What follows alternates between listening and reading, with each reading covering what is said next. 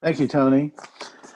When I heard you read what I submitted about what I was going to talk about, in fact, every Sunday, whenever I give a sermon or give the talk, and I hear what I read that I said I was going to do, I always think, I said I was going to do what? I don't know if I can get that accomplished. So this morning, I'm going to try to kind of do a little bit of what I thought I might do. But I'm going to be talking and discussing what are often called spiritual practices. Sometimes they're called spiritual disciplines, but they're basically the same thing. A little bit of difference, but not much in the two terms. But today I'm going to be talking about spiritual practices.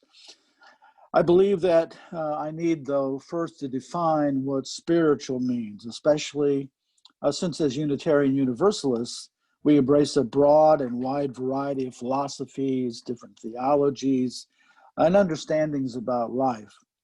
And so to discuss spirituality requires us individually to identify what is our highest concern and what is it that makes that concern so important, in fact, supreme. The Unitarian Universalist Association, the UUA online, suggests that it is about this question: what matters most in life? And so how we answer that question, what matters most in life, we might use the term that I like myself, maximal greatness. What is the most important thing in all of reality as you know it? When we think about that, then, all of us probably have something, whether it's a principle or a value or an idea that we think is the most important thing for both us and the human race and the world. Now, the word practice can be defined in several different ways. First, it can be used as a verb. For example, it means to perform an activity or exercise repeatedly or regularly in order to improve or maintain one's proficiency. For example, I need to practice my French. Or it can be used as a noun. Practice can be defined as a repeated or customary action. For example, the practice of medicine. But the difference between those two may not be quite so distinct. For example, I don't want my doctor to practice on me. You know, Mr. Campbell, you don't need your kidney removed, but hey, I need the practice. But I do want my doctor to have a regular routine of reading, trainings, meetings, conferences to keep up with the latest medical understandings and procedures. And if she needs to play golf or tennis once in a while for relaxation and to be recharged, that's okay too. Well, that's the what when it comes to spiritual practices. Practices, things that we do that are related to our understanding of what is of maximal greatness in the reality that we know. But I want to explore the why of spiritual practices. Why is this a topic that we may want to consider? Henry David Thoreau, in his book Walden, explains why he lived in a 10-foot by 15-foot room cabin in the woods back in the mid-19th century. In chapter 2, entitled Where I Lived and What I Lived For, Thoreau wrote, I think, some very important words.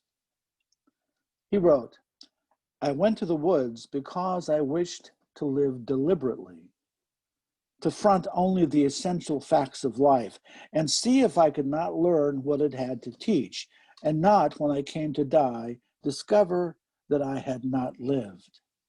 I did not wish to live what was not life. Living is so dear. Nor did I wish to practice resignation unless it was quite necessary. I wanted to live deep and suck out all the marrow of life, to live so sturdily and Spartan-like as to put to rest all that was not life, to cut a broad swath and shave close to drive life into a corner and reduce it to its lowest terms. And if it proved to be mean, why then to get the whole and genuine meanness of it and publish its meanness to the world? Or if it were sublime, to know it by experience and be able to give a true account of it in my next excursion. I focused on those words. I did not wish to live life, what was not life.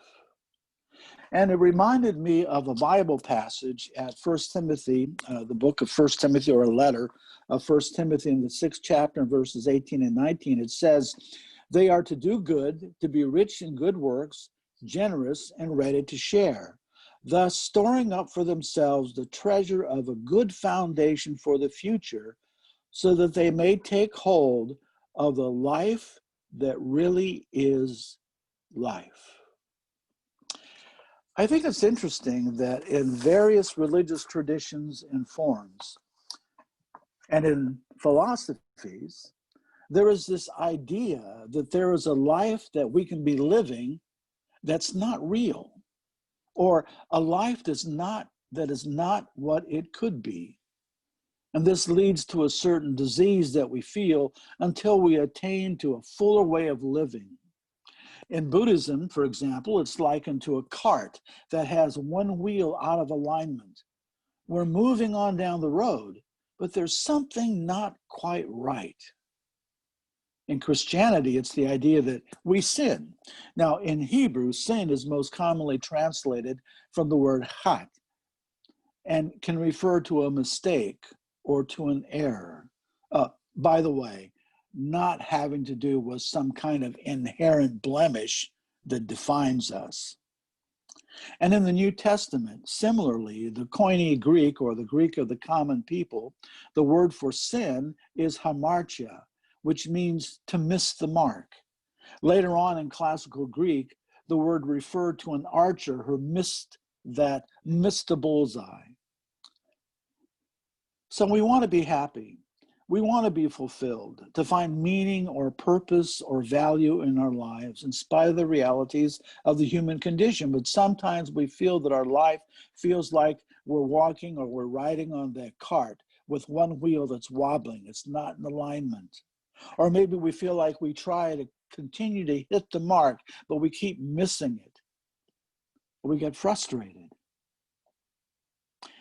Spiritual practices are not to eliminate the problems of our life. Spiritual practices are not to mean that, that wheel on the cart all of a sudden gets into alignment and life is just a straight travel down the road. And it doesn't mean that we always hit the target right in the bullseye. That's not what spiritual practices do. But what spiritual practices are meant to do is to help us to feel comfortable and confident, to help us to see meaning and purpose, even as we experience the limitations and the distresses of human life. And it serves to connect us to this idea that there's something bigger, something greater. There is something of maximal greatness that we can connect to. And even as we live our lives, we see that our lives indeed are important and can be fulfilling and full of meaning. So spiritual practices then are a way to obtain or to achieve that kind of sense of connection to and relationship to that which is of the greatest. In Buddhism, for example, enlightenment as opposed to ignorance. A great example is the concept in Buddhism of the bodhisattva, someone who has attained the highest level of enlightenment, but who delays their entry into paradise in order to help the earthbound, or to help humans. Christianity, life in the spirit, Christianity refers to life in the spirit as opposed to life in sin. Interestingly, many people that became Christians in the early years did so because Christianity provided a social support network, especially for the poor, that was non-existent in Roman society. Humanists, according to a definition of humanism by the American Humanist Association, is a progressive philosophy of life that without theism or other supernatural beliefs, affirms our ability and responsibility to lead ethical lives of personal fulfillment that aspire to the greater good.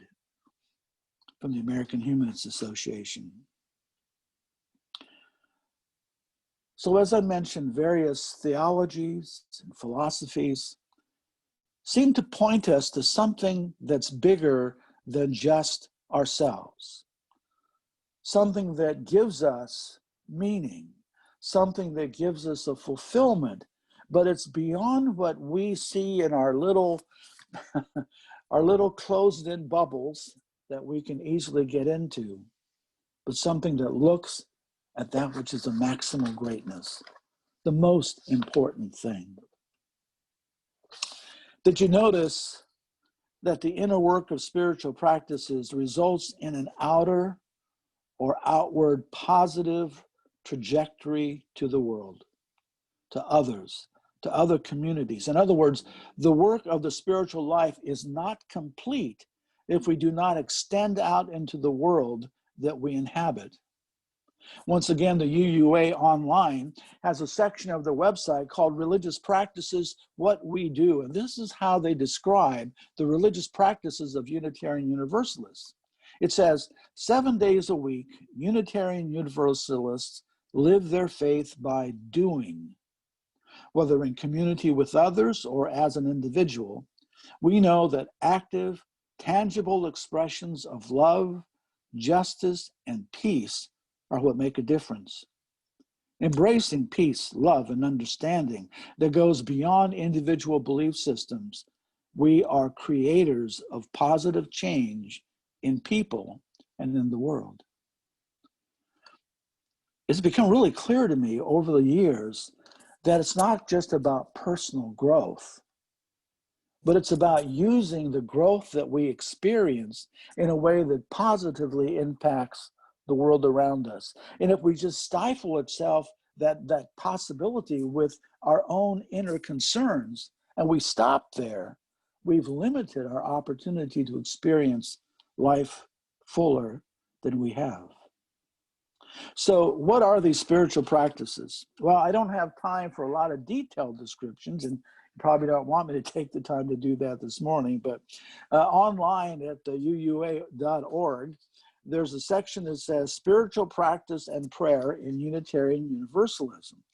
And it starts out by a piece of poetry from Jalaluddin Rumi, who was a 13th century Sufi poet, and a portion of what he wrote is quoted there. There are 1,000 ways to kneel and kiss the ground. There are 1,000 ways to go home again. Unitarian Universalism, the website says, offers diverse and meaningful ways of connecting with the sacred, whether we're sitting in Zen Buddhist meditation, listening for truth with Christian Lectio Divina, which is divine reading. I'll be glad to explain that to you if you like. Praying to the spirit of life, or chanting in a circle at winter solstice. Our spirituality is unbounded. Our stories and practices drawn from our sources, 6 sources of inspiration.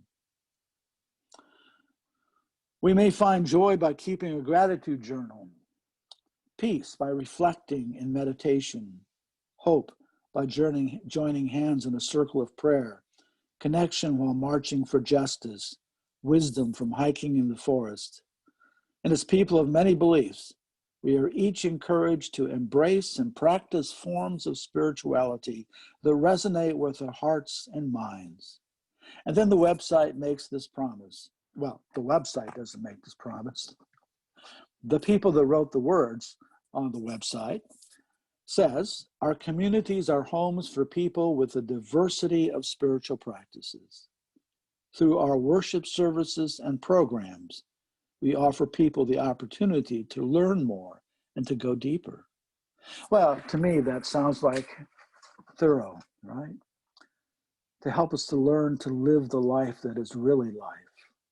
Or the letter to Timothy, to live the real life, the life that is really life. So as I've just mentioned, there are various forms of practices or different kinds of practices that we might think of as spiritual practices. Meditation or other forms of mindfulness, prayer, either to a divine entity that some of us feel comfortable with, or some of us feel more comfortable as prayer as a form of focused self-reflection and intention. Fasting, study, journaling, or silence and solitude. The 2018 book copyrighted by the Unitarian Universalist Association entitled Faithful Practices also identified engaging in a spiritual retreat, walking a labyrinth, or even walking as a spiritual practice itself. Also, to include other activities we may not associate with spiritual practice, such as using Instagram. I didn't read that chapter, but I'll have to figure that out. And, now wait for this one, roller derby. Not as a watcher, but as a participant. I read that chapter and, I kind of got it, surprisingly. And there's some very good insights that come from a former roller derby participant that is now a Unitarian Universalist minister. I even recently received an email that proposed that the doing of justice is a spiritual practice. Claudia Horowitz, in her book, The Spiritual Activist, Practices to Transform Your Life, Your Work, and Your World, wrote that a spiritual practice is simply a habit that gives us energy, reminds us of what matters most. She identified 3 characteristics of spiritual practices.